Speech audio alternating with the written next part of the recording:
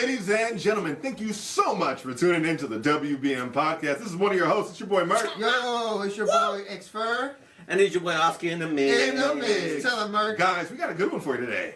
What are we talking about? We're talking about, first and foremost, anime called Scarlet. If you guys haven't checked it, man, y'all gotta watch that. And I checked out Michael in theater, so let's talk a little bit about it. You've been hit by a criminal.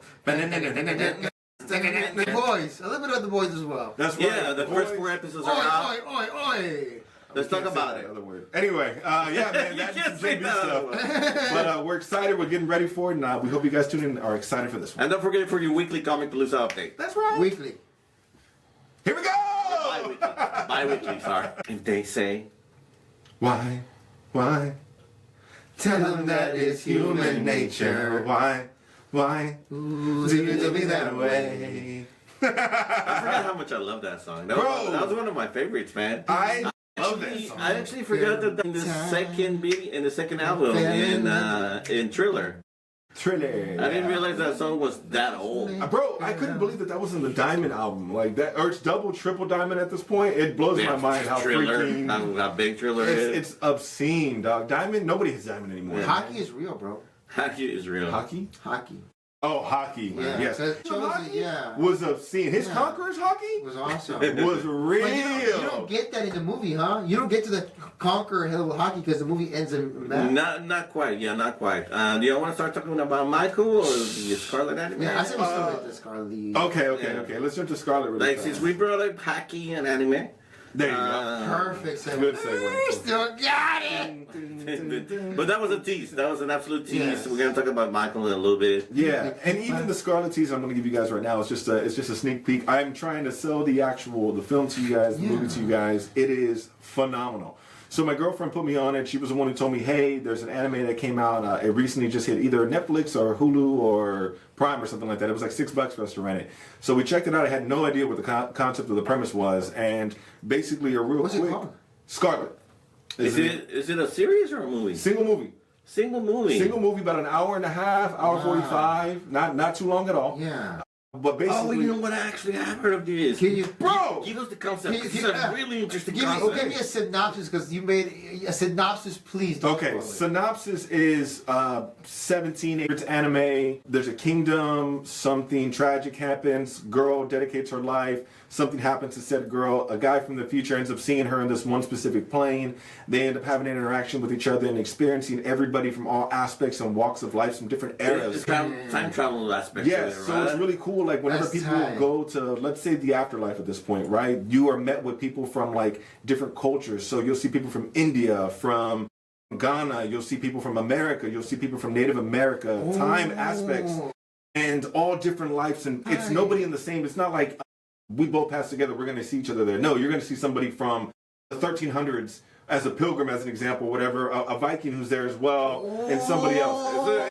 That's right, so and they're all on this journey, and you see people who are betrayed, people who lose their trust, and then you still see people who are still willing to do good, and you're like, oh wow, this is beautiful. And then these giant battles happen. There's a freaking sick ass dragon scene. I'm not gonna say, but oh my god, the visuals look so cool, bro. Because life is linear, but when they die, it's like it could be like somebody died from fucking 10 centuries ago, just experiencing that. But it's been a day for him, as an example. Yeah, hey, I just got shot in World War I. They're like, bro, I just had cancer in the year 30,000 to 500. 1,000%. Just like that. But the visuals, the story's amazing. Don't get me wrong. I know it's nominated for Film of the Year for the upcoming Crunchyroll Anime Award. I had no idea. So my girlfriend was the one who told me that. Jess is the one who's like, hey, this is actually up for Anime of the Year. We gotta check it out. I was like, I don't even know. Like, what is it? Anime Movie of the Year. Yeah, and I was like, I don't know. But she's like, always for the Oscars and shit like that. She's like, we gotta check it out, right? And I'm like, okay. It was nominated in the Oscars?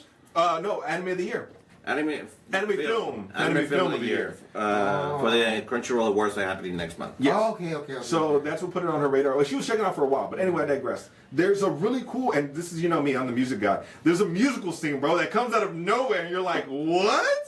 But it hits so good, dog. I'm telling you, it's a phenomenal anime. Okay. Go and check it out. You know what's the craziest thing about it? It's a reimagining of Hamlet. Yes. That's what he said that. He was like, bro, it sounds very Hamlet whenever I started describing it to him. Yeah. There's a plot overall, like, the beginning of the story was like, bro, this is literally Hamlet. Oh, that's right. Brother, yeah. It is. Brother, Yes, son, if you think about that aspect, yeah. Son hates the uncle because Like he kills him all. it's a Japanese take on Hamlet, and then they introduce the whole time travel aspect. If you go back to crazy. season I haven't watched it. We do talk about Hamlet. We talk about Hamlet, yeah. So it's a full circle if you guys want to know about the story of Hamlet.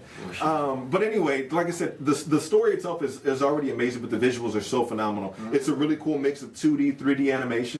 There's some points. It reminds me of like Arcane mixed with 2B Hero X mixed with Trigun Stampede. Because like the 2D, 3D aspects, but they push it to a level that I'm like, damn, is this 3D or did they just take a picture of a scenery and then they just added these 3D drawings to it because it looks so real, dog, in moments, and I'm blown away. It's the future of anime. Yes. I thought like this is where they're pushed it. I'm like, oh, this is what happens if they push PS5 graphics to their limit. Max, yeah. This is it. Like watching the Ghibli film in the 80s and be like, wow, this was. I can't believe they did it. Yeah. And now, okay, wow. It's good. Scarlet? It's Scarlet. On Check it out. Netflix? Netflix, Okay. Amazon Prime, Hulu. Check it out. If it's Sure, we're going to do an episode again about the whole thing, you know? I'm gonna watch it. watch it so we can talk about I'm it. definitely gonna watch it before the Anime Awards. Okay. Because if it wins Movie of the Year, I'm down. I'll watch it too. If you guys heard this I'll watch it speech, tonight. go and check it out. Scarlet, ladies and gentlemen, it's a film that you guys cannot miss. Speaking of films,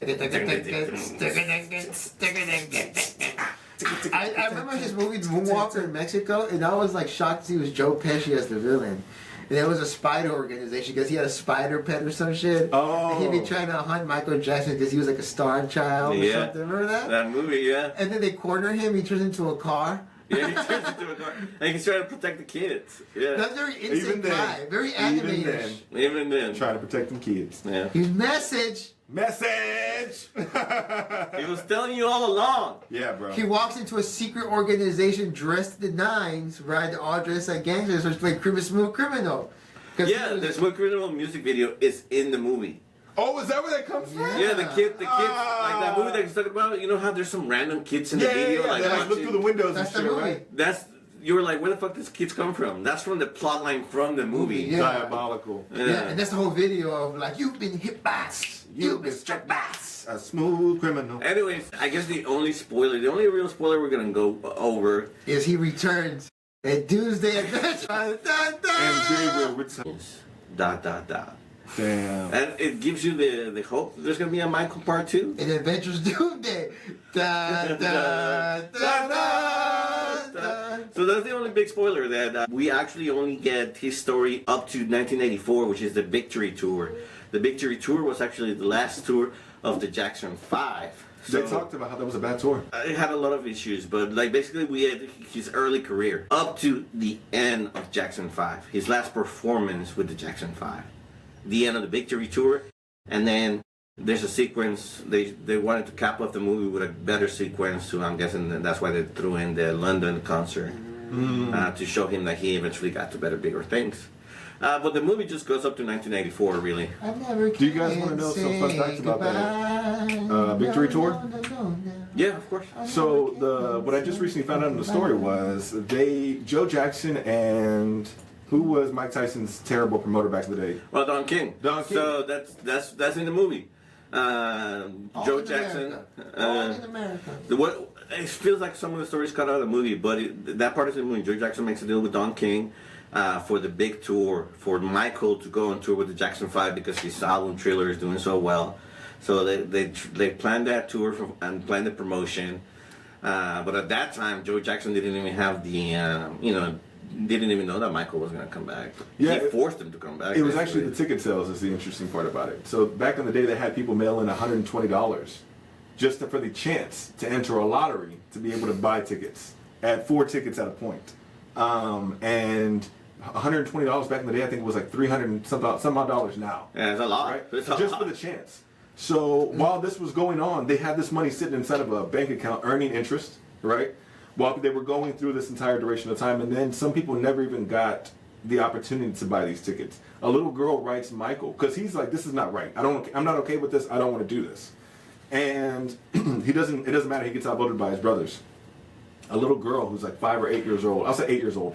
Writes Michael Jackson directly and was like, "Hey, I wanted to buy tickets to go to your show, and I wasn't even able to because I don't have $120." Michael felt so guilty about this. When there was a press conference, he goes and he's like, you know what? I'm not keeping any of my funds. I'm donating all my earnings to a children's charity for cancer of some sort, leukemia, for the children's hospital. But of course, all of his brothers and Joe all got their cut. They did not donate theirs. Yeah, but Michael went about his way and actually donated because he knew that what they were doing was wrong. So some of those stories, I mean, you don't see some of that in the movie.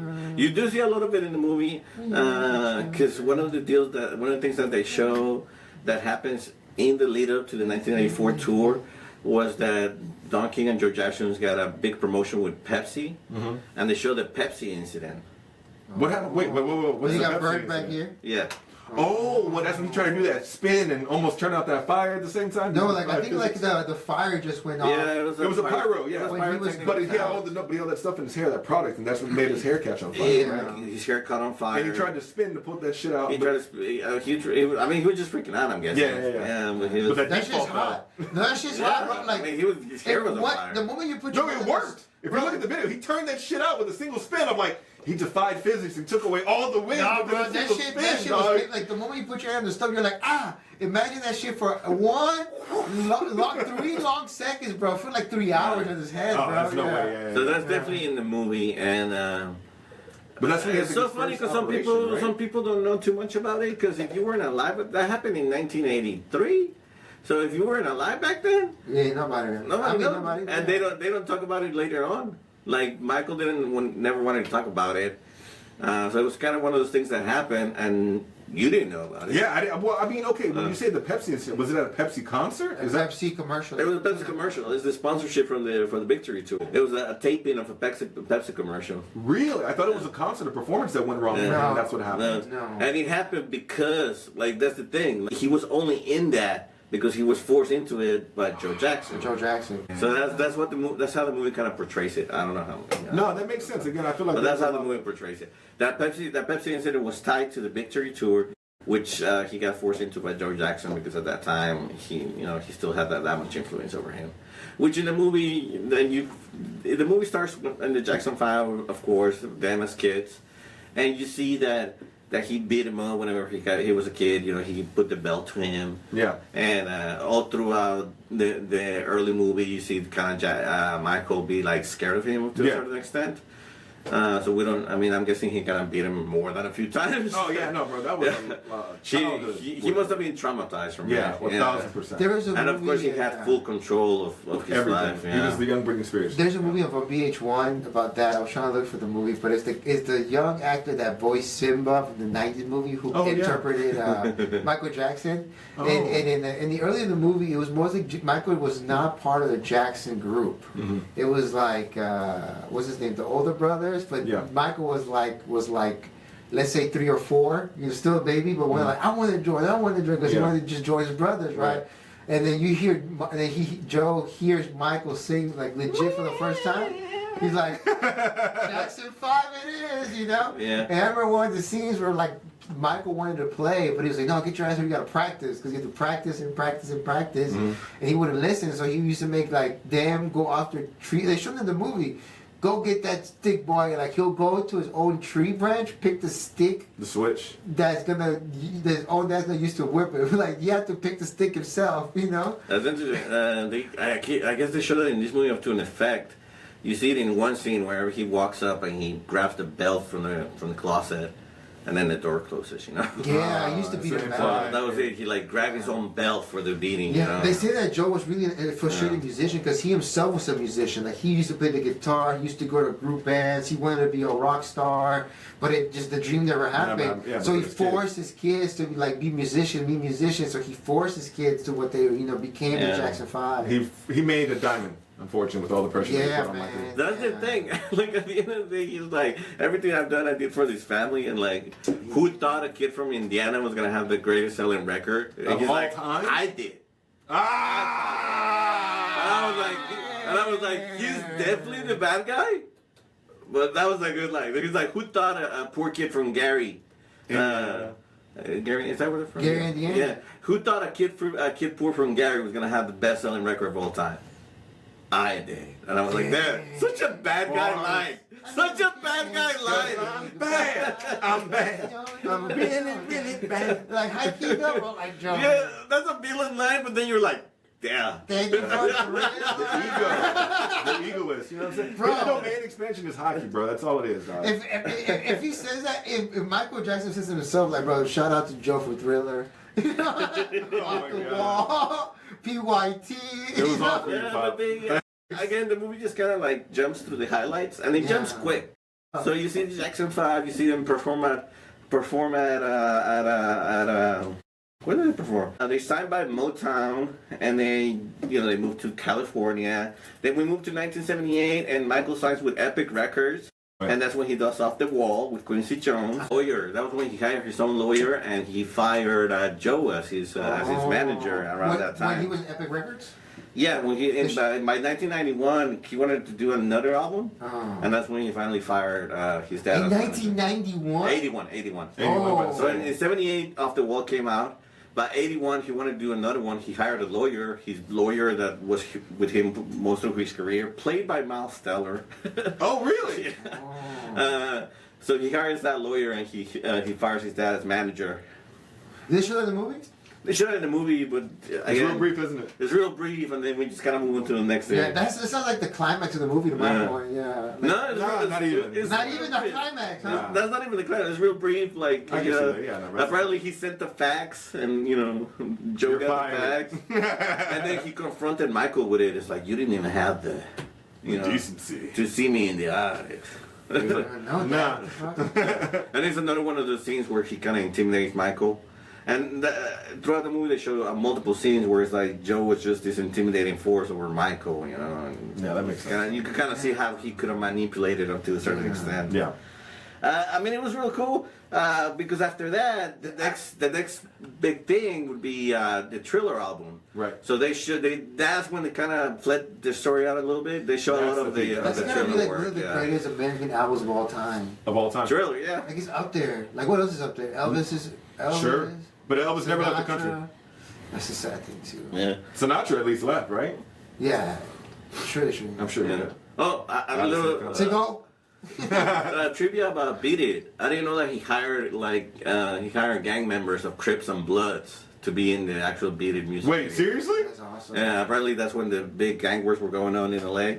So he hired members to come together and be in the music video to Beat It. You know what, bro? He was a force to be reckoned with. He stopped gang violence for a music video. That's how well respected. I mean, Yeah, that's but how when they he showed went it to in the Brazil, I movie. heard that he was walking with the favelas. The favelas, yeah, The favelas were like, bro, we're not going to put touch a Peace, bro, peace. It's Michael. Michael's here. Please, bro. What's the next? They did the right thing.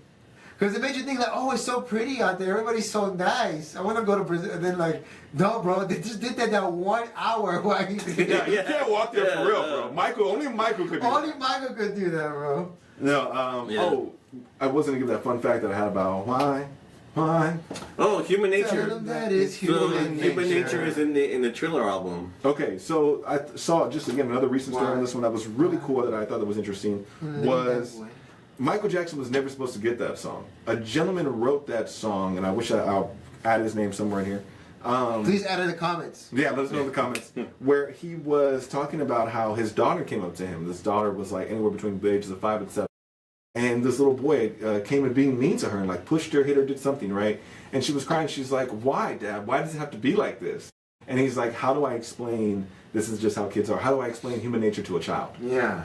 So with that song, he's like he probably likes you on his human nature. Yeah. So explaining that to a child, though, right? Yeah, so he's like, so it made me want to start writing the song. And then he makes the whole thing, why? Tell him that is human nature. Why do you do me that way? Right? I mean, it's the same thing. So he writes his whole thing and he plays the version that he wrote, right? He be dropping gems everywhere. Like, there was one of them, you can't have the baby. Yeah. Then don't have the baby. Yeah. So the I'm gonna say it one more time, I'm not gonna stop. I'm gonna say it one more time, I'm not gonna stop. That's in the movie. Like he has a whole scene in the movie where he's like brainstorming in the studio, and he has like sticky notes everywhere. And when he's sticky notes, Mama sa makusa. Two songs that Homeboy made, he didn't like them.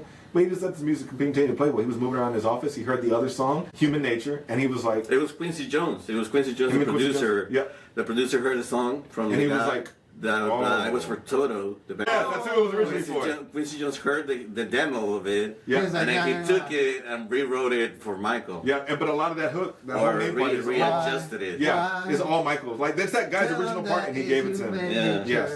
But I don't think he ever made credit for it. He's like, so to see that it went so far. Dude, he dropped. Besides what he dropped. Yeah. I'm looking at the man in the mirror. I'm telling him to change his ways. If you want to make the world a better place, just look at yourself and make a change. I wonder if they're gonna in the part two they have to like see like Murphy's process. Yeah. Because remember, those early songs are not as Michael-fied as you would like see in the later songs. What are we missing? You went through like in the early songs, you have Thriller and Human Nature and Billie Jean.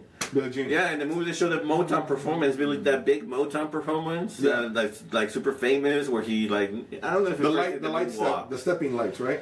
No, the Motown performance, the live performance. When he did the moonwalk. Where he did the moonwalk for the first time. Yeah. So that was a big moment in the movie. That was a big moment in the movie because that's a milestone of his career. Yeah. That's like defined like. That's what made him the superstar, in my opinion. Well, he just stole it from minstrel music, but whatever. That's okay. Yes, everybody, but like Michael. I mean, the moonwalk wasn't like. Yeah, he didn't invent it. He just reinvented it for us. Like in the movie, like it shows that he actually took like the Cribs. Inspirations? The Cribs are crib walking. Oh, and then the Bloods are like doing their own thing, doing their pop blocking. And then you could kind of see those influences in Michael's dancing if you think about it. Oh, Bob Fosse is also a really big influence as well. Like his pop and locking aspects, which is a bunch of Fosse shit, is really heavily influential for Michael as well. Yeah. The more you know. The more you know. All right, where we at now? Did we finish the movie? What did you rate it at the end? Yeah. Oh, well, yeah. I mean, because that's it. After the Thriller album, he got really famous. And he wanted to keep doing his own thing, but then we get the Joe Jackson thing and the picture tour and the Pepsi incident. Right. High-key, looking at it in retrospect, he did look a lot like a high-level, like, anime character. Like, he is, like, the general shoulder pads do go tough. Like, 100%. And, like, the socks, the high socks, white with the loafers and the pants, like, only he could wear that. And you're like, oh. Like, it makes sense. Like, I would look like a clown if I'm wearing what he wearing, but, like, him, like, it made sense. Like, I don't know. Is that hard to explain? Like, No, it makes... A glove, bro? Only Elvis pulls off a jumpsuit, right? Who else pulls off a jumpsuit besides Elvis? Prime Elvis. Nobody. No. You got that one dude who's in the blue jumpsuit did that backflip who always sings that one high-pitched song. But, I mean, like, it's not the same. Elvis rocked that shit and killed it, bro. And Elvis, who can do shoulder pads now? Nobody, bro. Nobody can pull out shoulder pads and make that shit look tough. Speaking of like shoulder pads and weird styles, there's a joke in the movie that just came in. He's like waiting for inspiration to hit him.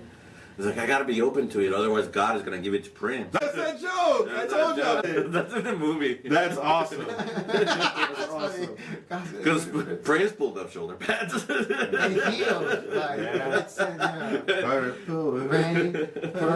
Backflip with the guitar, like, okay, it's kind of tough. Yeah. Funny that Michael even thought he's like, Prince is my rival. That's what's his rival, dog. Yeah, because he could play all instruments. Like, Michael could sing, but Prince can play guitar, piano, drums, like a perfect maestro. Which is crazy. Yeah. Like, he did his first album was all him. All him. 100%. That's where he owns everything today. Yeah. Everything he owns was always Purple Rain was all him. Yeah. So it's tough. I can see that. I can see why he said that. Like, well, no, remember they were supposed to. Y'all know the story about him. He was supposed to be Prince was supposed to be in Michael Jackson's Bad Music video. Oh yeah, I heard that story. He was supposed to be Wesley Snipes' character, but there's that line. He's like, "Your butt is mine." He's like, "Who's gonna sing that? Me or you?" Because I'm not singing that shit, and you ain't singing it to me. What the fuck? Like, no. Your buddy's crazy. mine. I mean, I went over that line. Yeah, he's like, it's like the first 30 seconds of the song, bro. Your buddy's mine. What you gonna do? Even the Band-Aids, bro. The Band-Aids here. On the tips of the fingers. It's kind of tough. It's tough. Oh, the glove. It shows that, I mean, eventually it's his own style. But the one-handed glove was specifically to hide his skin condition, where he's losing the pigment in his skin. That's very Vitiligo. Yeah. Yeah, so the glove was just because he was, he didn't want anybody to see that skin condition that he had. Very, very cool. So eventually it became part of his style, and like a very staple of his style. To this day? But the shiny one-handed glove was specifically for that reason. Wow. Or that's how the movie portrays it. Damn, can you imagine? You turn your condition into a statement. Yeah. You know? Like, bro, it's so crazy. And to this day, he's still an icon, man. People still dress up for Halloween. They still do the gimmicks. People still know his dances. People still do the moonwalk. They show a lot of that, a lot of his like medical things, because he had the nose job early in his career. He had it after Off the Wall. Because in Off the Wall, he still had the nose, and you can see it in the cover. But he keeps looking at that cover, and he's very subconscious about it. That's when he had the nose job. And then by Thriller, he already had the clean nose. Yeah, that was the thing, man. The surgery was a real thing, and I bet it was painful, which led to like eventually it's like the downfall. There's a lot of surgeries. I don't know. It's very painful. Well, you gotta imagine modern medicine is advanced since then, bro. So I can. But he was ahead of his time. I know, but the way they portray it is like so he had like serious nerve damage in the back of his skull, nerve damage, and he needed to get an implant and skin grafts. Or something. What? To the back of his head? Yeah, there were third degree burns. That's what I'm saying. That's the incident. Like this, the fire stove helps. 3 seconds, bro. It burns a lot. No, he had third-degree burns and nerve damage. Yeah. So he was in the movie. They say he was in constant pain before the surgery. Then they had to have the surgery, and he was still in constant pain. So the movie portrays that event as being like the start of his downfall, like spiral. Or whatever? No. His dependency on pain medication. At that point, Yeah, and he's always skinny too. Yeah. Right? Does he even eat? Like I never told him. Yeah, that's the connection. Like they don't like outright say it, but it's like that Pepsi incident was like the start of his dependency on pain medication. I mean, like he wasn't an addict. He really was. He had an issue for him. Yeah, there was really something damage. Yeah.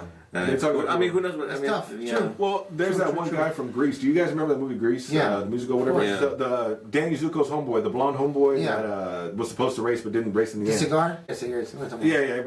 Anyway, that guy in the Grease Lightning song, whenever they're building it in the very beginning, believe it or not, he actually gets lifted up and dropped on his back, and they fuck his back up. And from that point on, he needs that happened during production. During the actual production. After that, and then everybody's like, "Go Grease Lightning, go Grease Lightning, go on my back, on my back." No, but he was on opiates at that point. That started his unfortunate. I'm so sorry.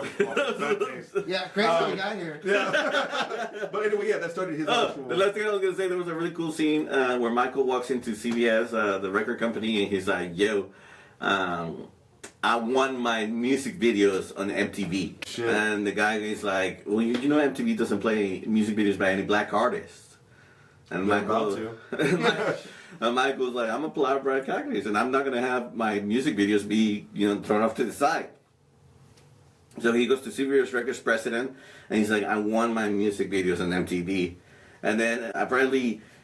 The director of CBS calls MTV and he's like, "Hey, if you don't put Michael's music videos on MTV in the next 10 minutes, I'm gonna pull my whole catalog of artists off MTV." Yeah. And it was like, that's a flex. That's a hell of a flex. It was big names. It was like Bruce Springsteen. That's what I'm saying. It's like the whole catalog. Cyndi Lauper. Like he's like, I'm gonna pull all these big names. He literally went like this to him. Put him in a chokehold. Do it. I mean, it was crazy. And he's like, "Man, I wonder if that really happened, because, man, what a threat." That's a call. 10 minutes? Yeah, that was a 10 call. minutes? That was a call. Yeah, because Michael and his lawyer walk in, and they're like, "We want to have music videos." And then Walter, the director, goes like, "I've tried." And they sit there and like, "Try harder." Damn. And then he calls the assistant, and he's like, "Get him on the line. Get him on the line right now." And then he makes that call right there in front of Michael and the lawyer. So I wonder how much truth there was to that call. Dude, Can you imagine? I won the music video on MTV in the next 10 minutes. Oh. You're not calling to get authorization. You're calling to say, "Put that shit on the line, bro. Yeah. Find the tape." Next video, in fact, is fucking Bro, I don't care. It's like, I'm not calling to ask. I'm calling to let you know. No. Yeah, I mean, at that point, you got to just start making moves. 10 minutes is crazy time. That's cool. What a flex. That is a hell of a That flex. was a big flex. That was a big flex. I'm not gonna lie. I think that guy. The Walter. The Walter president is a cameo, but Mike Myers out of all people. Oh, that's nice. cool. Man, okay, it's hard because again, okay, so it ends in 1994 Victory Tour. So it ends it's 20 years of the Jackson 5. Right. So yes, it's Michael's movie, but the story just gives you the 20 years of Jackson 5. So to give you a better idea where it starts and where it caps off. So there's a lot of story left to be told, and again, it feels like was probably more story to cram in there. But I'm a big Michael Jackson fan, so any Michael Jackson they put out there, and they highlighted some of the hits, Thriller, Billie Jean, Human Nature, Beat It, and Bad was the final one, and then the Jackson 5 songs. It was all hits. The Michael album that came out for the motion picture has all the hits, and it's all fire. That's sick, dude. So again, give me a number at the end. What is your personal viewer review? Because the critics didn't like it. And I don't know how I feel about that. I feel like they're just being haters. Man, it's because I don't think it has enough to get to a 9. I'll give it an 8.5. Tell you what, Jafar Jackson, Michael Jackson's nephew that's playing him. Oh, how does he do? I'll give him a 10. I give his performance of Michael a 10. Really? He did a really good job. And towards the end, where he starts actually dancing, I heard the dancing was on point. His dancing eventually evolves to what modern dancing Michael Jackson would be, to Smooth Criminal type shit. That's it. Type shit. That's where you could really see him shine with the dancing. Very, very cool, man. So I give his performance a 10. The whole movie overall, 8.5. 8.5. Okay, duly noted. Well, Suki, what were your thoughts on the show to yesterday? Well, I guess we'll do a rapid fire on the boys next time. Or next time. We can just wait. Yeah, up to y'all. Yeah. I mean, it's rapid fire. You know what, guys? Just for...